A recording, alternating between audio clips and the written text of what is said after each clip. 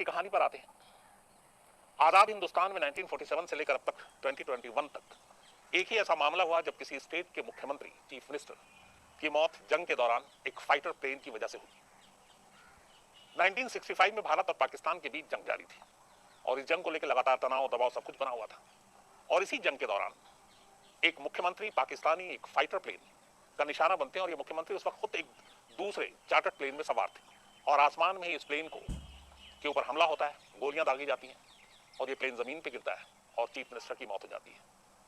कहानी का एक दूसरा पहलू यह है कि इस हादसे के करीब 40 या 44 साल के बाद पाकिस्तान के उस फाइटर प्लेन का जो पायलट था, उसने जिस प्लेन को उसने मार गिराया था उसके पायलट की बेटी को एक ईमेल लिखकर और अफसोस जताया था इस पूरे हादसे पर। और उस पायलट का कहना था कि जब उसने मार गिराया था तब भी उसे एहसास था कि ये कोई जंगी जहाज नहीं है, ये कोई फाइटर प्लेन नहीं है, ये एक पैसेंजर प्लेन है। लेकिन उसने जो उसे ऑर्डर मिला उसको पूरा किया, वरना उसका कोर्ट मार्शल हो सकता था। लेकिन फिर भी उसे इस घटना के लिए हमेशा अफसोस रहेगा। कहानी गुजरात के जो दूसरे मुख्यमंत्री हैं बलवंत राय मेहता, उनकी और उनकी मौत की है, जो एक फाइटर प्लेन का शिकार हुए। बलवंत राय मेहता गुजरात के रहने वाले, उनके साथ एक कहानी ये जुड़ी हुई कि उन्होंने जब स्कूल में और पढ़ाई कर रहे थे उसी दौरान में कुछ अंग्रेजों के जुल्म और ये सारे किस्से सुने और उसके बाद फिर वो कॉलेज में गए और कॉलेज में वो सारे सब्जेक्ट में पास हुए। लेकिन जब उन्हें डिग्री मिली तो वो डिग्री लेने से उन्होंने इनकार कर दिया, क्योंकि उनका मानना था कि ये डिग्री अंग्रेज दे रहे हैं और अंग्रेजों से किसी भी चीज को लेने के वो खिलाफ थे। बाद में वो फिर लाला लाजपत राय के साथ जुड़े आंदोलन में, फिर गांधी जी के साथ, और ये सारे आंदोलन, आजादी की जो लड़ाई चल रही थी उसके साथ जुड़ते रहे। उसके बाद जब देश आजाद हुआ, जो पहली बार चुनाव हुआ, तब कांग्रेस के टिकट पे वो चुनाव लड़े और सांसद बने, मेंबर ऑफ पार्लियामेंट। फिर दूसरी बार चुनाव हुआ, उसमें भी वो मेंबर ऑफ पार्लियामेंट बने, तो दो बार वो लगातार मेंबर ऑफ पार्लियामेंट बने। फिर सितंबर 1963 में उन्हें गुजरात का चीफ मिनिस्टर बनाया गया। 63 से लेकर कुल करीब 2 साल तक वो गुजरात के मुख्यमंत्री रहे, क्योंकि कहानी 65 की है। सितंबर 63 में बलवंत राय मेहता गुजरात के सेकंड चीफ मिनिस्टर बनते हैं और 2 साल की उनका कार्यकाल रहता है। और इसी बीच में 1965 आ जाता है और भारत और पाकिस्तान के बीच जंग शुरू हो चुकी थी। इसी जंग के दौरान गुजरात की जो सीमाई इलाके थे जो पाकिस्तान से लगते थे, वहां पे भी जबरदस्त तनाव था, बल्कि इस जंग को लेकर कुछ जो माहौल थे वो भी खराब हो रहे थे और तनाव बराबर बना हुआ था। और तभी बलवंत राय मेहता ने यह तय किया कि इस जंग के माहौल में और जो तनाव बना हुआ गुजरात के बॉर्डर पर, वो वहां जाएंगे, वहां का दौरा करेंगे, वहां लोगों से मिलेंगे, रैलियां करेंगे और उनका हौसला बढ़ाएंगे। और इसी सोच के साथ उन्होंने 19 सितंबर 1965 को कराची से करीब 350 किलोमीटर की दूरी पर गुजरात की एक सीमा है जिसका नाम है मीठापुर, और ये द्वारका में है। द्वारका की दूरी कराची से करीब 350 किलोमीटर से दूर। तो वो द्वारकापुर जाने का फैसला करते हैं। वहां एनसीसी की एक रैली को इनको संबोधित करना था। हालांकि भारतीय वायुसेना से जब ये कहते हैं कि उन्हें द्वारका जाना है, एक रैली करनी है, तो भारतीय वायुसेना उन्हें इसकी सलाह नहीं देती। वो कहती है कि चूंकि जंग का माहौल है और आप चार्टर्ड प्लेन से जाएंगे और सरहद बिल्कुल करीब है, दुश्मन के जो टोही विमान है वो देखेंगे और इस वक्त कुछ भी हो सकता है। अच्छा, उससे पहले हुआ ये था कि भारत और पाकिस्तान के जंग के दौरान बहुत सारे ऐसे किस्से इंसिडेंट हुए जब जो पैसेंजर प्लेन है उनका इस्तेमाल एक तरह से जंगी जहाज के तौर पे किया गया था, जासूसी के लिए, कि ऊपर जाकर दुश्मन के सरहद के अंदर क्या हो रहा है तस्वीरें लेने और बाकी सारी चीजें। तो ये पाकिस्तान ने भी किया, भारत ने भी किया। तो इसके बारे में कई खुलासे हुए। तो फिर दोनों देश जो पैसेंजर प्लेन भी होता था उसको भी शक की नजर से देखते थे।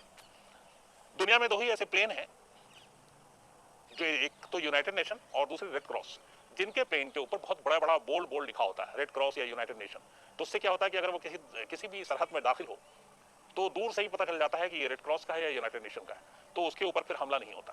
लेकिन इन दोनों को छोड़ दे तो बाकी किसी प्लेन पे इतना बड़ा कुछ लिखा नहीं होता था, तो ये पता नहीं चलता था कि ये प्लेन पैसेंजर का है या प्लेन जंगी है, क्या है। तो शक की नजर से देखते थे जब भी वो दुश्मन की सीमा में दाखिल होता। तो भारतीय वायुसेना ने सलाह दी थी बलवंत राय मेहता को कि इस वक्त माहौल ठीक नहीं है, आप मत जाए। लेकिन बलवंत राय मेहता ने यह फैसला किया कि अपने लोगों के बीच जाकर उनका हौसला बढ़ाना है और द्वारका में जाने के बाद वहां मीठापुर में एक एनसीसी की रैली को संबोधित करना था। तो भारतीय वायुसेना के ना चाहते हुए भी उन्होंने एक प्लेन हायर किया और 19 सितंबर 1965 को सुबह 10 बजे पहले तो उन्होंने एक रैली को संबोधित किया अहमदाबाद में, और उसके बाद वहां से फिर घर लौटे और 1:30 बजे के आसपास वो अहमदाबाद एयरपोर्ट पहुंचते हैं। उनके साथ उनकी पत्नी थी सरोजबेन, उनके 3 जो स्टाफ मेंबर थे साथ में, और साथ में एक जर्नलिस्ट भी था जो गुजरात समाचार के कॉरेस्पोंडेंट थे। इस रैली को कवर करने के लिए साथ में चीफ मिनिस्टर के जा रहे थे। ये जब एयरपोर्ट पहुंचे तो वहां पे ऑलरेडी इनका चार्टर्ड प्लेन तैयार था 8 सीटर, और उसके पायलट थे इंडियन एयरफोर्स के एक्स पायलट, पूर्व पायलट जहांगीर जंगू इंजीनियर। ये इंडियन एयरफोर्स में रहे थे, उसके बाद फिर सीएम के साथ और बाकी इस तरह की चीजें सेवा अपनी देने लगे, एयरफोर्स से रिटायर हो गए। तो जहांगीर जंगू इंजीनियर प्लेन उड़ा रहे थे, बलवंत राय मेहता, उनकी पत्नी, 3 सहयोगी, एक जर्नलिस्ट, ये लोग वहां से उड़ान भरते हैं और उसके बाद द्वारका की तरफ रवाना हो जाते हैं। इधर ये लोग द्वारका की तरफ रवाना होते हैं, 1:30 से 2 के बीच का वक्त था। अब जहाज आसमान में है, द्वारका की तरफ बढ़ रहा है, और द्वारका से कराची की दूरी है 350 किलोमीटर, यानी सरहदी इलाका है। 3:30 बजे के आसपास कराची में मौजूद एयरबेस में, मेरीपुर एयरबेस, वहां पे उन्हें कुछ हलचल दिखाई देती है बॉर्डर के ऊपर, भारत और पाकिस्तान के। तो जब उन्हें हलचल दिखाई देती है तब वो एक अपने पायलट को कहते हैं कि एक संदिग्ध विमान है, उसको जरा चेक करें कि ये क्या है। उसी वक्त पाकिस्तान ने अमेरिका से F-16 सेबर विमान खरीदा था, F-16 सेबर विमान, और इस विमान की बाकायदा ट्रेनिंग ली गई थी, और जिस पायलट ने उस दिन मौजूद था जो ट्रेनिंग थी इसको उड़ाने की, उसका नाम था कैस मजहर हुसैन। तो पाकिस्तानी एयरफोर्स के F-16 प्लेन को उड़ा रहे थे कैस मजहर हुसैन। एयरबेस से कैस मजहर हुसैन को यह आदेश मिलता है कि एक सरहद के ऊपर एक संदिग्ध विमान उड़ रहा है, आप जरा इसको देखें। कैस मजहर हुसैन इसके बाद F-16 लेकर उड़ते हैं और आसमान में जाते हैं। करीब उस वक्त वो काफी ऊंचाई पर थे, ऊंचाई से उन्हें इस प्लेन के बारे में सही चीजें, कुछ जानकारी नहीं मिल रही थी, लेकिन वो प्लेन भारत और पाकिस्तान के सरहद के बिल्कुल करीब था। करीब ऊपर जाने के बाद जब उन्होंने कुछ नजर नहीं आया साफ साफ कि ये क्या है, तो फिर वो नीचे की तरफ काफी आए। नीचे आने के बाद उन्होंने देखा कि एक प्लेन है, लेकिन उस प्लेन में ऐसी कोई खास चीज दिखाई नहीं दी जिससे कोई शक हो, लेकिन फिर भी वो और पुख्ता यकीन करना चाहते थे कि ये प्लेन दुश्मन का ही कोई चाल है, जंगी जहाज है, क्या है। तो वो और नीचे की तरफ आते हैं, और जब वो नीचे की तरफ आते हैं तो उस प्लेन की बाकायदा नंबर तक उनको दिखाई दे जाता है कैस मजहर हुसैन को, और उस पर बाकायदा लिखा हुआ था उस प्लेन पे विक्टर टैंगो। तो विक्टर टैंगो और नंबर दोनों लिखा हुआ था। वो अपने कंट्रोलर को इन्फॉर्म करते हैं कि इस प्लेन का नंबर ये देख लिया, और मेरे हिसाब से ये जंगी जहाज नहीं है, ये एक चार्टर्ड प्लेन है, मुसाफिरों का प्लेन है, तो बताएं, आदेश दें कि क्या करना है। उधर से कंट्रोलर फिर कहता है कि आप अभी हमारे अगले हुक्म का इंतजार करें। बात गई हो जाती है, वो लगातार ऊपर में टो ले रहे हैं। इस दौरान में उस वक्त क्योंकि उस प्लेन के साथ कांटेक्ट करने का और वो कोई जरिया नहीं था, तो नंबर देख लिया, विक्टर टैंगो लिखा हुआ, ये भी देख लिया, लेकिन ये भी है कि इस प्लेन के अंदर मालूम नहीं क्या है, क्योंकि जैसा मैंने आपको शुरू में बताया कि मुसाफिर प्लेन जो है, पैसेंजर प्लेन, उसका भी इस्तेमाल जासूसी के लिए किया जा चुका था, दोनों कर रहे थे, तो शक की गुंजाइश बनी हुई थी। लेकिन कैसर हुसैन ने प्लेन को शूट नहीं किया। उन्होंने अपने कंट्रोलर को बताया और ये बताया कि मुझे लगता है कि इस प्लेन से कोई खतरा नहीं है, ये एक मुसाफिर प्लेन है, चार्टर्ड प्लेन है, और इस पे नंबर लिखा हुआ।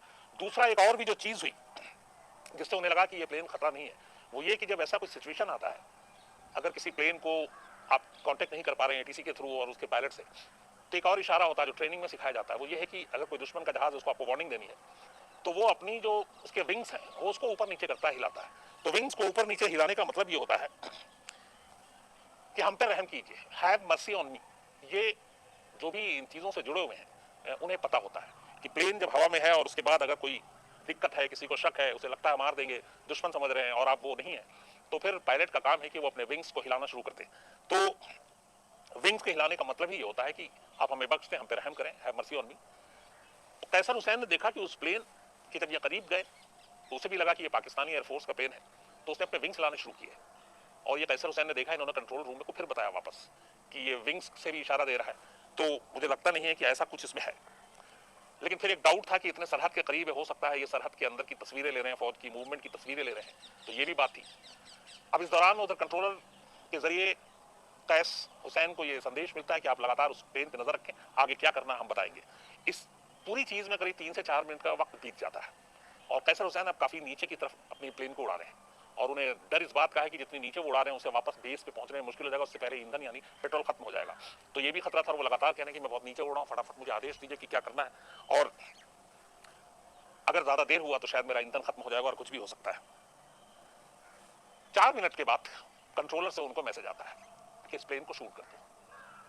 कैसर हुसैन ने कई इंटरव्यू दिया, बाद में उन्होंने कहा कि जब कंट्रोलर से मैसेज आया तो उन्होंने तब भी गोली नहीं चलाई, और कहा कि एक बार और आप कंफर्म कर लीजिए, क्योंकि विंग्स से भी इशारा दे रहा है, इसके नंबर तक हम पढ़ रहे हैं, टैंगो विक्टर लिखा हुआ है, और मुझे लगता है कि ये एक मुसाफिर प्लेन है। लेकिन फिर उधर से कहा जाता है कि नहीं, आप इसको शूट कर दीजिए। इसके बाद करीब 100 फीट की दूरी पर ऊपर में अपना प्लेन लेकर आते हैं कैसर हुसैन और 100 फीट की दूरी से उस प्लेन पे निशाना साधते हैं, इस प्लेन में जिसके अंदर गुजरात के चीफ मिनिस्टर बैठे हैं। तब तक कंट्रोल रूम पाकिस्तान के कैस जो पायलट हैं लड़ाकू विमान के, इनमें से किसी को मालूम नहीं कि इस प्लेन के अंदर कौन बैठा हुआ है। 100 फीट की दूरी से वो बस मारते हैं, एक विंग के ऊपर लगता है, विंग हिलने लगता है, इसके बाद दूसरा बस मारते हैं, दूसरा बस मारने के बाद वो प्लेन नाक के बल सीधे नीचे गिरता है। कैसर हुसैन का इंटरव्यू है कि जब वो नीचे गिरा तो एक आग के शोले में तब्दील हो गया, बड़ी तेजी से आग की लपटें उठी और फिर वो प्लेन पूरा धू धू करके जलने लगा। ऊपर से ही लग गया था। कैसर हुसैन ने बताया कि इस प्लेन में सवार कोई भी शख्स नहीं बचा होगा, और वही हुआ। बलवंत राय मेहता, उनकी बीवी सरोज बेन मेहता, उनके तीनों सहयोगी और गुजरात समाचार के जो जर्नलिस्ट थे, इन सभी की मौत हो गई। गुजरात समाचार के उस जर्नलिस्ट के कार्ड जो है वो पूरी तरह जले नहीं थे, उससे शिनाख्त हुई और इन सबकी मौत की खबर फिर उसी शाम आकाशवाणी के जरिए पूरे देश को मिली। और जब ये खबर मिली तो उसके बाद पाकिस्तान तक ये खबर पहुंची कि जिस प्लेन को उसने मार गिराया असल में वो एक पैसेंजर प्लेन था और उस प्लेन के अंदर गुजरात के दूसरे मुख्यमंत्री बलवंत राय मेहता बैठे हुए थे। बात यहां आई गई होगी, इसके बाद लगभग 44 साल बीत गए। इस दौरान में जहांगीर जंगजू, जो बलवंत राय मेहता के इस प्लेन को उड़ा रहे थे, इंडियन एयरफोर्स के एक्स पायलट, उनका परिवार दिल्ली आकर रहने लगा, उनकी बेटी और तमाम लोग। जब वो दिल्ली में रहने लगे, 44 साल बीत गए। 44 साल के बाद कैसर तुफैल ने एक मेल लिखा उनकी बेटी को, और उस मेल में ये लिखा कि जो मुझे कंट्रोलर से हुक्म मिला था मैंने वही किया, लेकिन मुझे लगता है कि चूंकि उस प्लेन में कोई भी ऐसी चीज नहीं थी, ना कोई जासूसी की थी, ना जंगी प्लेन था, आम मुसाफिर थे, गुजरात के सीएम थे, और उनकी मौत हो गई, इसका मुझे अफसोस है। और खासतौर पर उन्होंने जो पायलट थे जहांगीर जंगू, उनके बारे में कहा कि मुझे उनकी मौत का बेहद अफसोस है। उनकी बेटी ने यह मेल खोल के देखा ही नहीं था। बाद में इंडियन एक्सप्रेस में खबर छपी और इंडियन एक्सप्रेस के जरिए फिर उन तक फोन आया, तब उन्होंने वो मेल खोला और उसमें पढ़ा। और उनका कहना था कि हालांकि 44 साल बाद वो इस बारे में बात नहीं करना चाहती थी, लेकिन उन्हें लगा कि चलो 44 साल के बाद इसने मौत पे अफसोस जताया। हालांकि उस मेल में जो लिखा था उसमें यह भी लिखा था पाकिस्तानी एयरफोर्स के कैसर ने, जो पायलट, कि मेरे पास कोई ऑप्शन नहीं था। मुझे कंट्रोलर ने कहा कि आपको शूट करना, मैंने कंट्रोलर को यहाँ की सारी जानकारी दे दी थी। बोला अगर मैं निशाना मिस करता तो भी मैं फंसता और मेरे खिलाफ एक्शन लिया जाता, और मैं उनके आदेश का उल्लंघन करता, चूंकि एक सिपाही हूं, तो मेरा कोर्ट मार्शल होता। तो मेरे लिए मजबूरी थी हुक्म मानने की, और मैंने हुक्म माना। एक फौजी का जो काम था मैंने वो किया, लेकिन इस गलतफहमी में जो बेगुनाह लोग मारे गए उसका मुझे हमेशा अफसोस रहा है। और खास तौर पर इस पायलट को लेकर, जो भारत के पायलट थे, फरीदा सिंह इनकी बेटी का नाम था, जिनको मेल लिखा था और फिर अफसोस जताया था करीब 44 साल के बाद। तो आजाद हिंदुस्तान की ये पहली घटना थी जिसमें एक स्टेट के मुख्यमंत्री को एक फाइटर प्लेन ने मार गिराया, और ये भारत और पाकिस्तान के बीच 1965 के जंग के दौरान ये कहानी थी। उसके बाद ये पहला और आखिरी मौका है, उससे पहले और उसके बाद फिर कभी ऐसा कोई दूसरा इंसिडेंट नहीं हुआ और ना ऐसा कभी हो। अब यहां पे जो पाकिस्तान की तरफ से कही गई उस पर एक ये था कि पाकिस्तान का एक पायलट 44 साल के बाद इस तरह से मेल लिख रहा है, हालांकि वो रिटायर हो गया, सब कुछ है, तो क्या पाकिस्तान उसके खिलाफ कोई एक्शन लेगा या क्या है? तो पता चला कि नहीं, पाकिस्तान सरकार ने कुछ एक्शन इसलिए भी नहीं लिया क्योंकि वो ऑलरेडी रिटायर हो चुका था। लेकिन यहाँ पे एक ये भी सवाल था कि 44 साल बाद अफसोस जताने का क्या मतलब था? वो उस वक्त भी हो सकता था, लेकिन फिर डिटेल में उसने जो भी लिखा वो यही था कि मैंने आदेश का पालन किया था, और एक फौजी किसी भी देश का हो वो आदेश से बंधा होता है। तो ये थी कहानी बलवंत राय मेहता, गुजरात के दूसरे मुख्यमंत्री, जो भारत और पाकिस्तान के बीच जंग के शिकार किस तरह हुए, क्योंकि वो भारत और पाकिस्तान के सरहद के बीच प्लेन में उड़ रहे थे और सामने वाले ने उसको दुश्मन देश का प्लेन समझा था।